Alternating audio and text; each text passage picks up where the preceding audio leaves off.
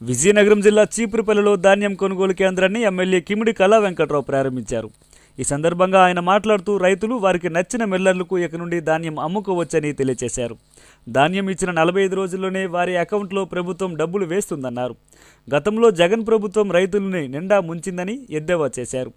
బస్తాకు 7 కేజీల ధాన్యాన్ని రైతుల దగ్గర నుండి వసూలు చేసి పూర్తిగా దోచేసుకున్నారని తెలియజేశారు. ఇప్పుడు ఆ పరిస్థితి లేదని, చంద్రబాబు నాయుడు పూర్తిగా రైతులు పక్షపాతని, అందుకే రైతులకు పూర్తి స్వేచ్ఛనిచ్చి వారికి నచ్చిన చోట ధాన్యాన్ని విక్రయించుకోవచ్చన్నారు. గత ప్రభుత్వంలో ఉన్న 1600 కోట్ల బకాయిని టీడీపీ గవర్నమెంట్ వచ్చిన తర్వాత రైతులకి చెల్లించామన్నారు. జగన్ ప్రభుత్వంలో రైతుల పట్ల చేసిన అవినీతి కాకినాడలో బట్టబయలైందన్నారు.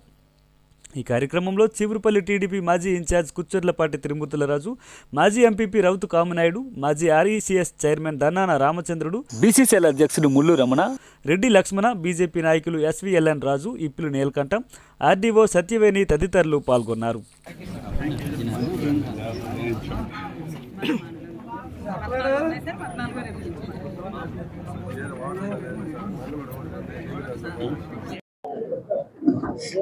క్వింటాకి 2,300 చొప్పున ప్రభుత్వం ధర నిర్ణయించింది.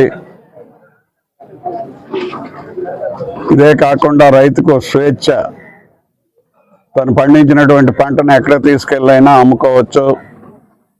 లేదు, ఎవరింటికి వస్తే వాళ్ళ దగ్గర దర్జా కుర్చీ వేసుకుని కూర్చొని మన కాలంలోనే ఎవరు కొనుక్కున్న వాళ్ళు వచ్చినా అమ్ముకోవచ్చు.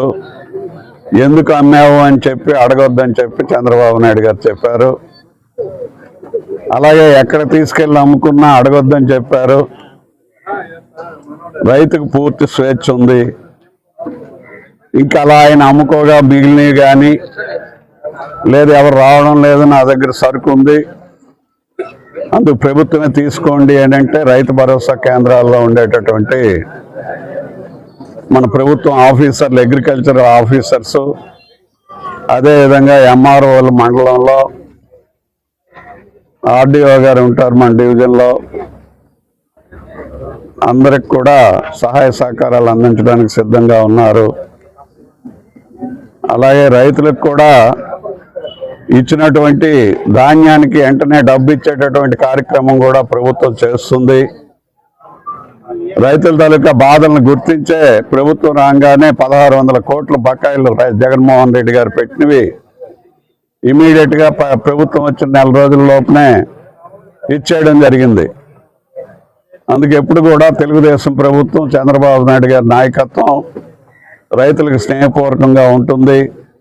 మరి ఎక్కడ ఏదున్నా, ఏ అవకతవక జరిగినా, ఎవరి నుంచి మీకు సహకారం లేకపోయినా మేమున్నాం, వారితో చెప్పి మీకు చేయిస్తామని చెప్పి రైతులందరికీ కూడా ఈ సభ మూలకంగా తెలియచేసుకుంటూ, మరి రైతు సంక్షేమం, రైతు పండించినటువంటి పంటకి సరసమైనటువంటి ధర, అదేవిధంగా రైతుకి కావాల్సినటువంటిది పేమెంట్స్ కూడా సకాలంలో వస్తాయని చెప్పి సందర్భంలో తెలియచేస్తూ థ్యాంక్ యూ వెరీ మచ్.